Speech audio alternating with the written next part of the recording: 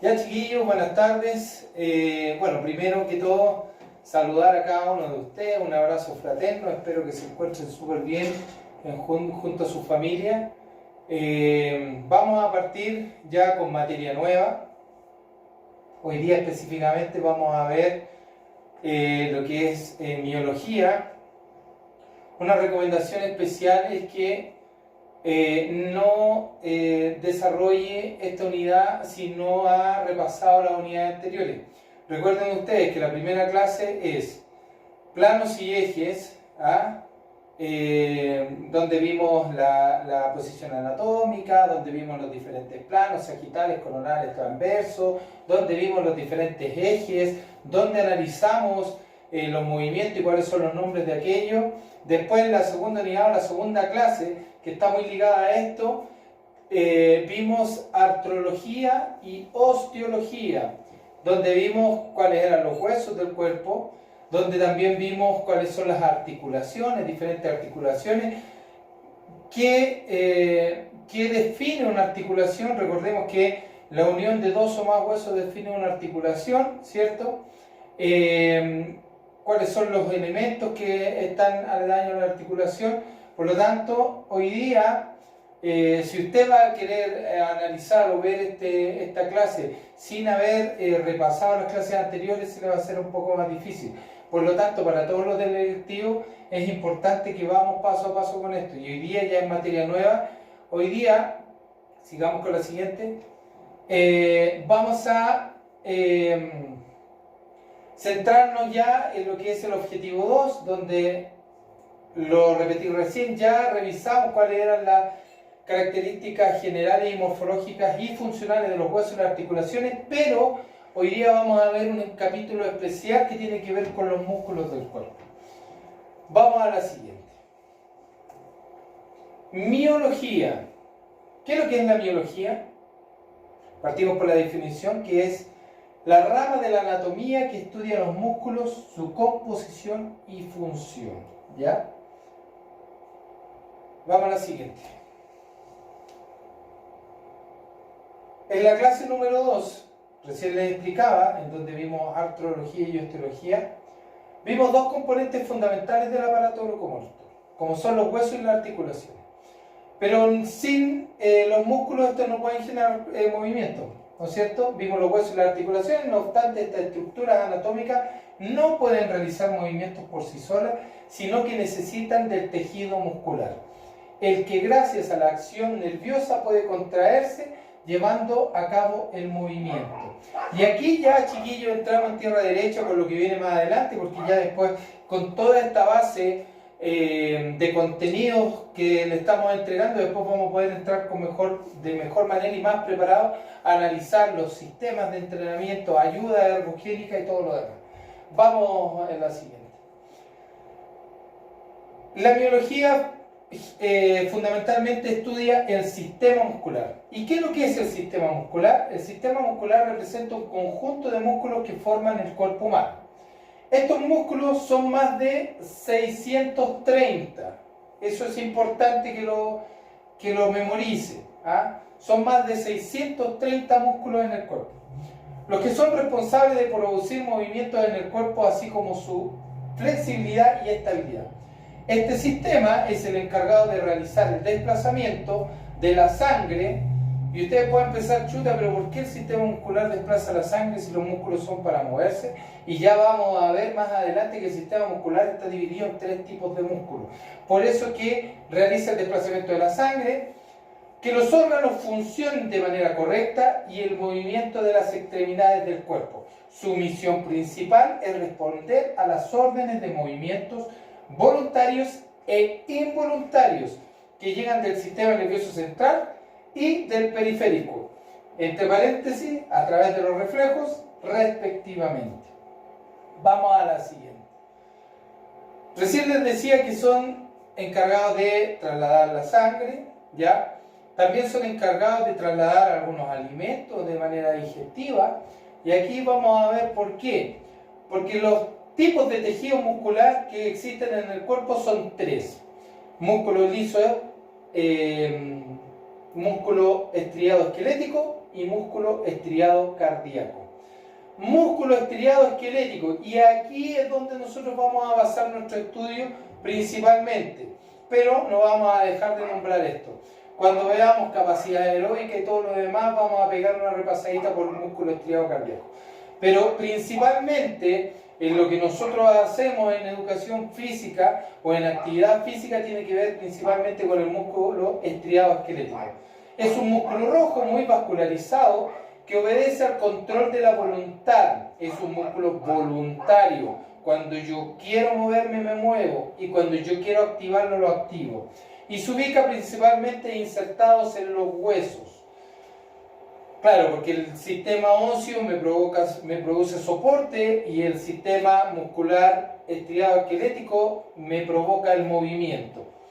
Músculo liso o suave, músculo de aspecto más blanquecino, ya no es tan rojo como este, no es tan vascularizado, pues está menos vascularizado, tal como dice ahí, funciona fuera del control de la voluntad, o sea, es un músculo involuntario, nosotros no lo podemos mover a voluntad, y se ubica conformando las paredes de los vasos sanguíneos. Recién decíamos que tiene una función importante en el traslado de la sangre, y de órganos y vísceras.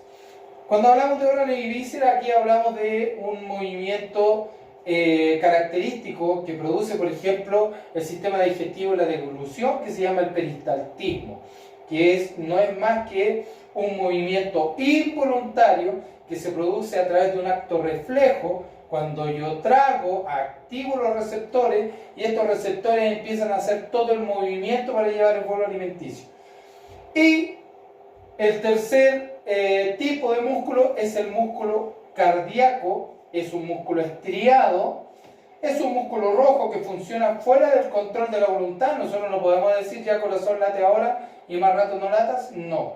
Ya es un músculo involuntario, se ubica conformando las paredes del corazón y de los grandes vasos sanguíneos como la aorta. ¿Ya? Este músculo está inervado principalmente por el nervio vago, que es un nervio que lo inerva directamente y que produce que el músculo cardíaco tenga la contracción natural que tiene funcionalmente. Esa es la palabra. Vamos a la segunda, a la próxima, perdón. Bueno, y acá tenemos algunas imágenes. Como ustedes pueden ver, tanto el músculo estriado esquelético como el músculo estriado cardíaco se le llama estriado porque tiene estrías, ¿no es cierto? Tiene unas líneas, ya es como atigrado, ¿ya? Y es un músculo fuerte, un músculo que principalmente está adaptado para una contracción fuerte. En cambio, el músculo liso o suave es un músculo que casi no tiene estrías, ¿ya? O no tiene estrías aparentes, ¿ya? Tiene menor cantidad de cuerpos celulares, ¿me entiendes? Entonces, por eso que se ve un poco más plano y todo lo demás, y ya expliqué cuál era la función principal que cumplían estos músculos. Por lo tanto, de estos tres tejidos, nosotros desde ahora en adelante nos vamos a centrar en los músculos estriados esqueléticos. Vamos a la siguiente.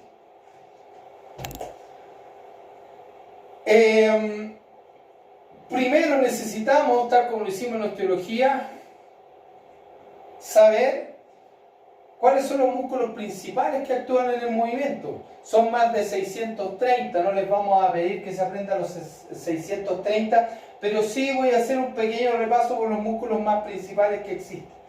Y partiendo por los músculos faciales, uno de los músculos importantes, acá tenemos el orbicular del ojo que nos permite abrir y cerrar el ojo.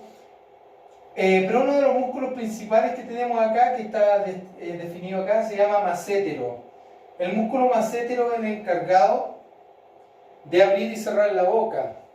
El músculo encargado de la acción de la masticación, ¿ya?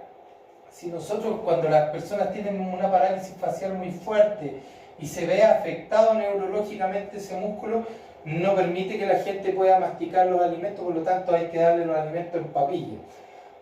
Otro de los músculos más representativos de cuello, tenemos el esternocleidomastoideo.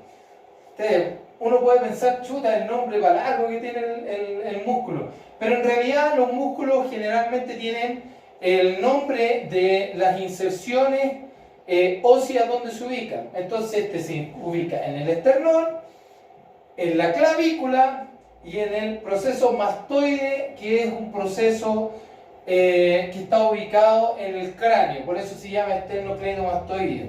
Después bajamos, tenemos los deltoides, que son los músculos que conforman el hombro, más hacia el centro del cuerpo, o más proximal, ¿no es cierto? Tenemos lo que son los pectorales, ya por el brazo encontramos en la posición anatómica, ¿cierto? Por la parte anterior encontramos los bíceps, y más abajo todos los flexores. Cada uno de estos flexores tiene un nombre en específico, pero nosotros los vamos a llamar los flexores de dedo, como conjunto general y por la acción que realiza.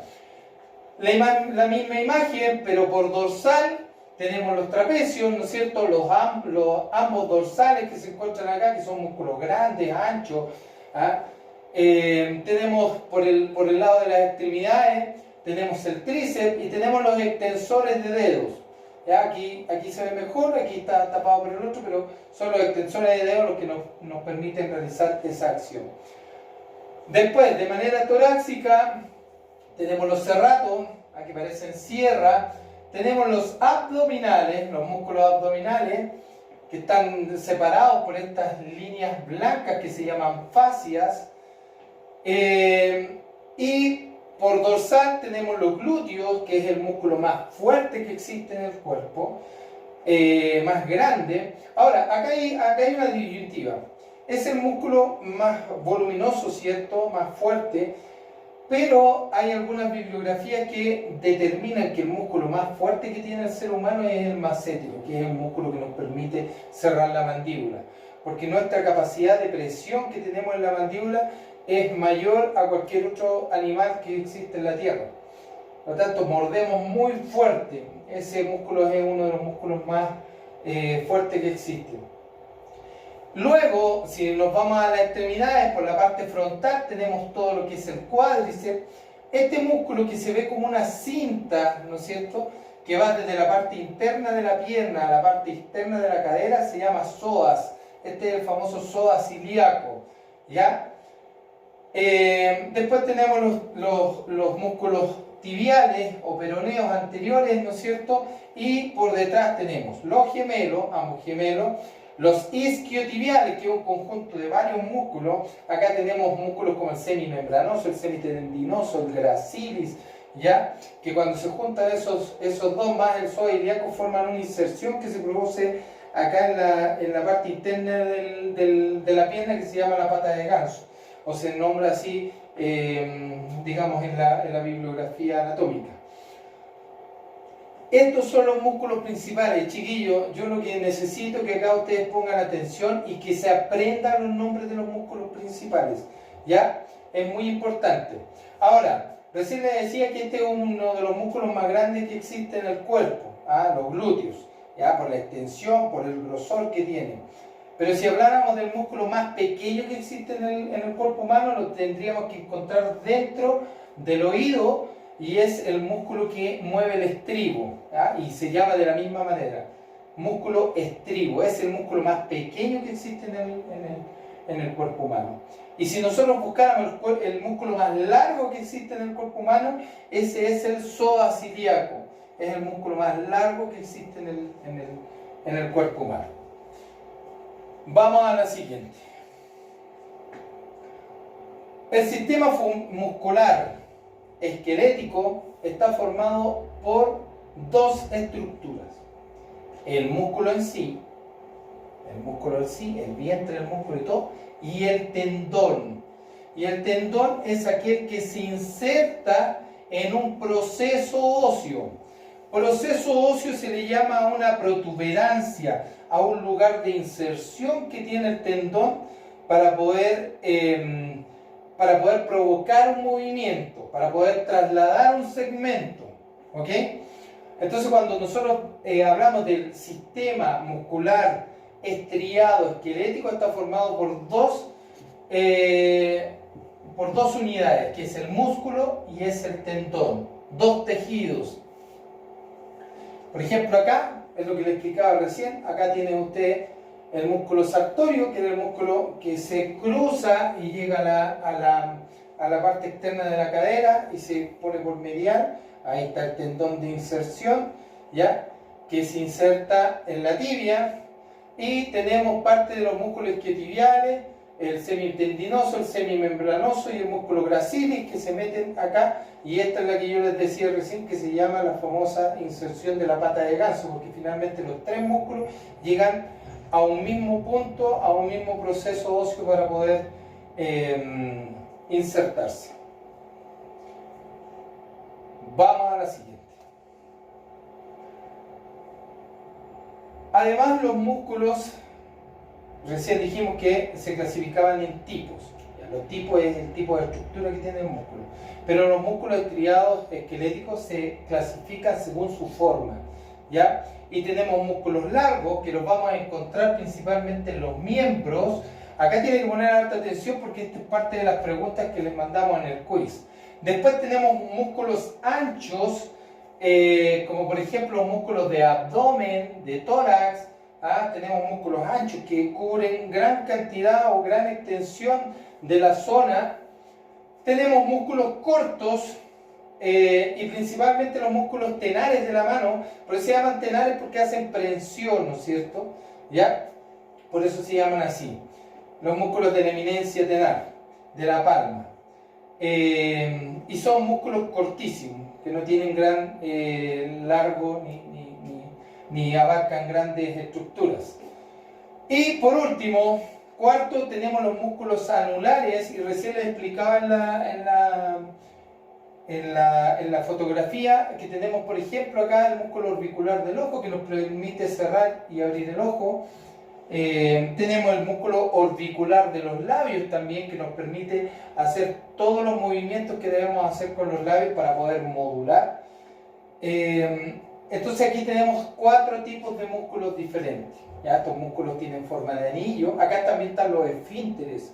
¿Ya? Los músculos del esfínter también tienen estas características y están denominados como músculos anulares.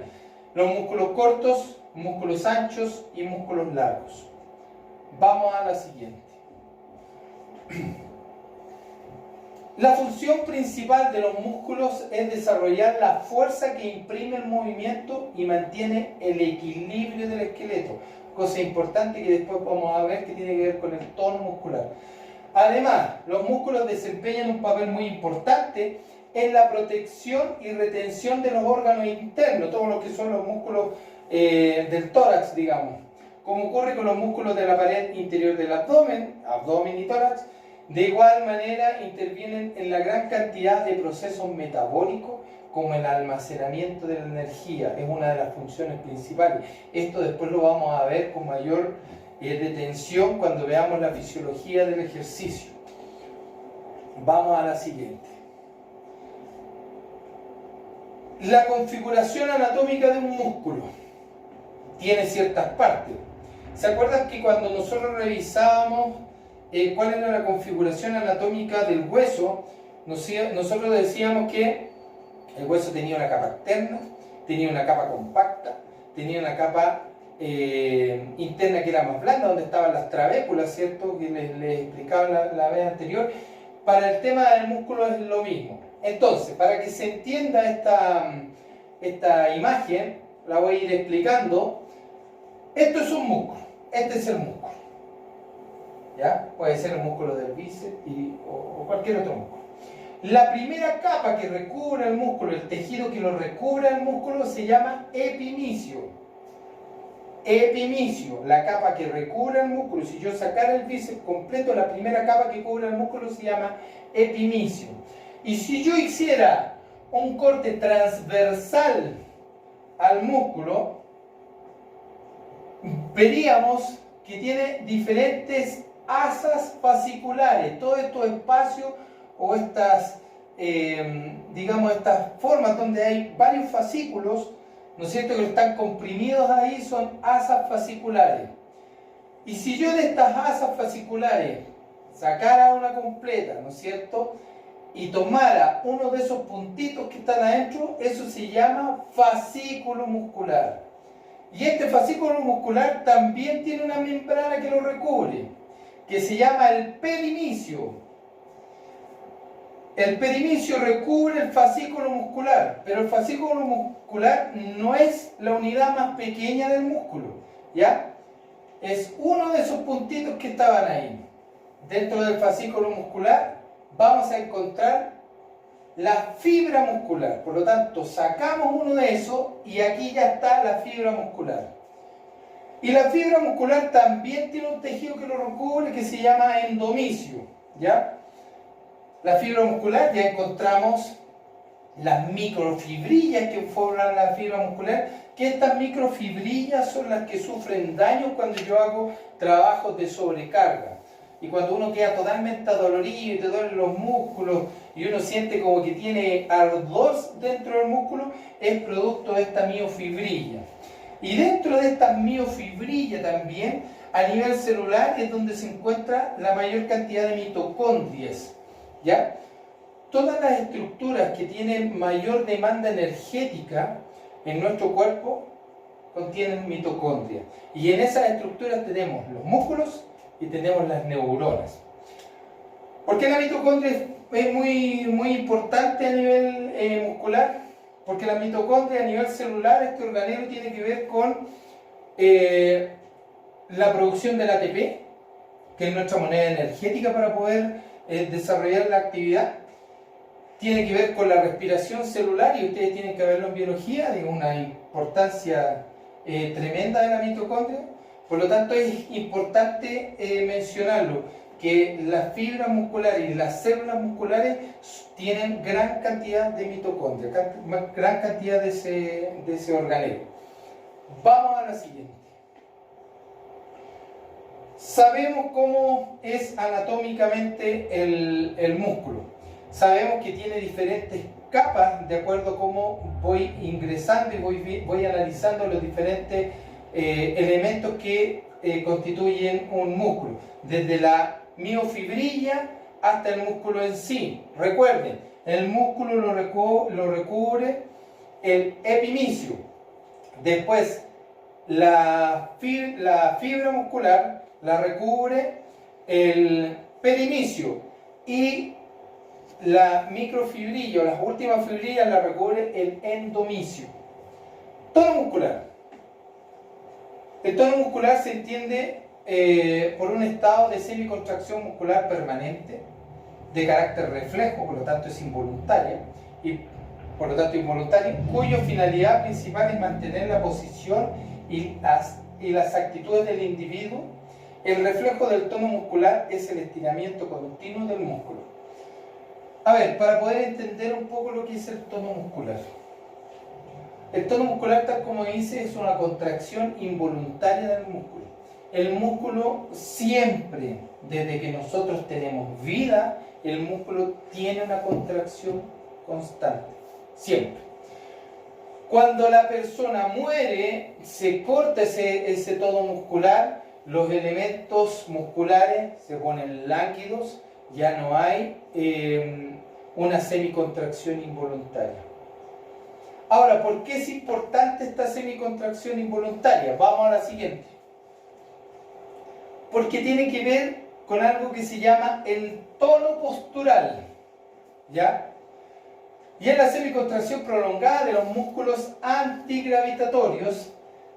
Debe ser lo suficiente alta la contracción para contrarrestar la fuerza de gravedad, para que no nos vamos al piso, y al mismo tiempo bastante baja para permitir el movimiento, para no quedar rígido, ¿no es cierto? Por eso que es importantísimo entender cómo funciona el tono muscular. Vamos a la siguiente para poder explicarlo bien. A ver, desde cuando nosotros nacemos hasta cuando nosotros ya estamos en la posición bípeda, porque cuando nacimos nosotros no podemos ponernos de pie inmediatamente, ¿ya? Esa adaptación fisiológica que producen los músculos para poder llegar a la posición bípeda, la da el hecho de que nuestra fuerza de gravedad nos obliga a toda nuestra cadena cinética de músculo a contraerse de tal manera, a aprender a contraerse de tal manera para poder mantener una posición. Ninguno de nosotros, ninguno piensa cómo estar de pie. Yo no estoy pensando en este minuto que los flexores de las piernas tienen que estar contraídos de tal manera, que mi glúteo tiene que contraerse de tal manera, que los músculos dorsales tienen que contraerse de tal manera, los abdominales de tal manera para poder estar de pie. No, yo lo hago de manera involuntaria. ¿Y quién me ayuda con esa manera involuntaria? Es el tono muscular. ¿Ya? El tono muscular me ayuda con eso. ¿Y por qué es importante? Y demasiado importante. Porque desde que nosotros aprendemos y controlamos la sedestación, ¿qué significa? Es que cuando yo estoy en una etapa de madurez como bebé, la sedestación es la capacidad que tiene el bebé de sentarse. ¿Ya? Cuando el bebé controla esa sedestación, ya está controlando todo lo que es desde la cintura hacia arriba de acuerdo al tono muscular. Las neuronas van detectando cuál es la cantidad de energía, cuál es la cantidad de tensión que tiene que poner en cada uno de los músculos para poder provocar esa posición. Ahora bien, para que se pueda entender mejor, todos los músculos, ustedes que ven que acá tiene unas líneas y tiene una posición y las líneas en diferentes posiciones. Cuando nosotros estamos en la posición bípeda, el tono muscular provoca que cada uno de estos músculos tenga una tensión en específico para poder provocar esta postura en bipedestación. La cantidad de energía y la cantidad de tensión que tiene lo hace de manera involuntaria. Cuando las guaguitas están empezando a caminar, lo primero que hacen es ampliar su base de sustentación. El centro de gravedad siempre lo tratan de tener al frente y siempre llevan la colita para atrás. Así, de esa manera las guaguas empiezan a entregarle la información necesaria a los músculos para poder tener la tensión necesaria para poder después estar de pie. Mientras yo menos base de sustentación tenga, mayor es el trabajo que tienen que hacer los músculos para poder mantener la posición de la postura. Cuando yo pierdo el equilibrio por cualquier situación, lo primero de manera involuntaria que tiendo a hacer es tirar la cadera hacia atrás y tratar de llegar lo más rápido posible al piso. ¿Ah? Eso lo hacemos de manera involuntaria porque eso está aprendido por nuestras células musculares y eso lo provoca en cierta medida el tono postural a través del tono muscular. Cuando yo hablo de que el cuerpo trabaja en una cadena, aquí voy a entrar y voy a darles una pincelada con lo que vamos a ver después que tiene que ver con biomecánica. Hay un término que se llama cadena cinética. La cadena cinética es definida en palabras simples como las diferentes unidades motoras del cuerpo que se unen para realizar un movimiento complejo. Eso es una cadena cinética. ¿Ya? Aquí nosotros vemos que toda la cadena cinética, en este caso, son cadenas cinéticas cerradas, porque existen cerradas y abiertas. Pero aquí hay una cadena cinética cerrada, y cada uno de los músculos está tirando para cierto lado para mantener la postura. Esto es lo mismo que yo armar una carpa. Si yo armo una carpa y pongo un tirante más acá, la carpa me va a quedar desequilibrada, por lo tanto voy a necesitar darle un poco más al otro tirante para que quede la carpa como debiese estar, de forma correcta. Esto es lo mismo que pasa con el cuerpo humano. ¿Ya? Ahora, dije, cadena cinética. Esto es una cadena cinética cerrada porque en la posición distal no produce movimiento y los otros segmentos sí se pueden mover. Cuando es una cadena cinética abierta, el tramo distal tiene más movimiento y la fijación se hace con los segmentos más proximales. Esto lo voy a explicar con mayor profundidad en biomecánica, pero un poco para que se vayan familiarizando con el concepto. Vamos a la siguiente. vamos a definir diferentes terminologías para los músculos según su función. Un músculo puede ser agonista en un movimiento y puede ser antagonista en un movimiento. ¿Qué significa que el músculo sea agonista? Un músculo agonista es el que participa directamente en un movimiento. En este caso estamos viendo una flexión de brazo. Esto puede ser un curl de bíceps, por ejemplo. Y aquí en el curl de bíceps quien actúa principalmente es el bíceps braquial. Pero para que el bíceps braquial pueda contraerse, yo necesito que el tríceps se relaje, se elongue. Y esa función que cumple el tríceps en una flexión de brazo se llama antagonista. El antagonista es el músculo que cede frente al otro músculo opuesto para que el otro músculo pueda realizar la contracción necesaria. Y el sinergista es el músculo que no está realizando principalmente la acción, pero sí ayuda a la acción. Y por ejemplo, en este caso el braquial está funcionando acá, que es un músculo que está debajo del bíceps. Y acá, si quisiéramos ser más específicos, también el coracobraquial, que es un músculo que está aquí arribita, también es un músculo sinergista. Porque aun cuando ellos no participan directamente, pero sí ayudan en la contracción en algún punto.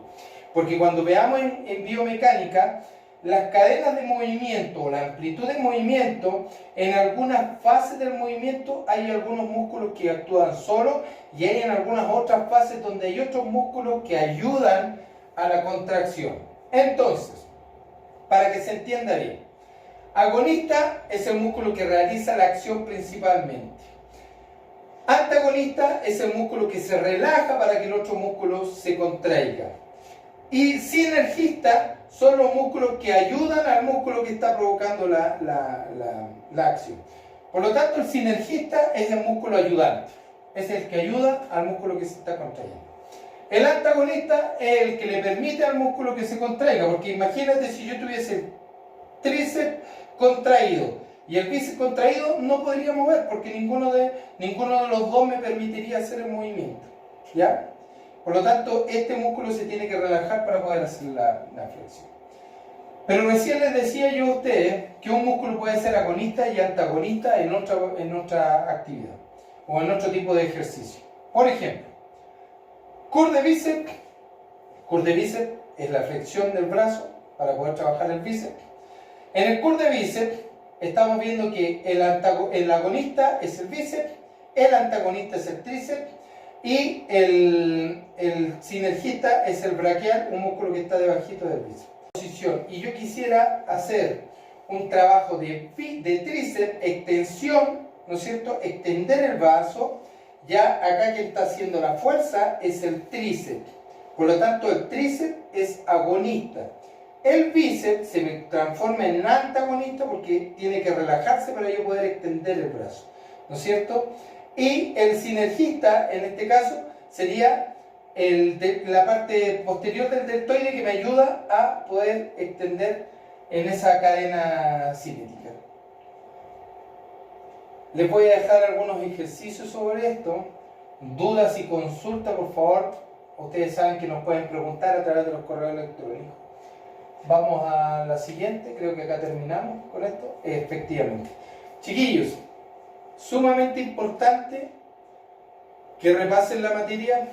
Lo que es importante acá de lo que les hemos contado es que entienda bien lo que es el tono muscular, entienda bien cuáles son los músculos gravitatorios y para qué nos ayuda, porque después cuando podamos entender el movimiento es importante saber qué nos permite estar de pie, qué nos permite luchar contra la fuerza de gravedad y lo que nos permite obviamente, y lo que recién les explicaba, es la tensión muscular involuntaria que se produce.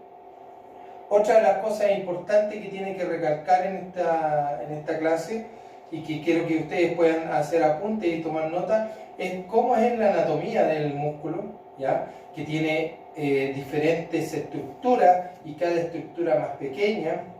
También recordar que las células musculares son las que tienen un alto contenido mitocondrial, que después cuando veamos la fisiología del ejercicio van a darse cuenta que las mitocondrias son sumamente importantes, sobre todo cuando se produce el ciclo de Krebs al interior y que cambiamos un ATP por un ADP o se produce la metabolización en ese sentido, el adenosín trifosfato por el adenosín difosfato,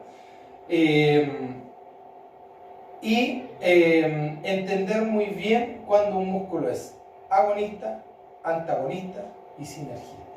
¿Ok? No se olvide que tiene que revisar las clases anteriores para poder tomar esta clase. Muchas gracias, chiquillos, y nos vemos la próxima semana.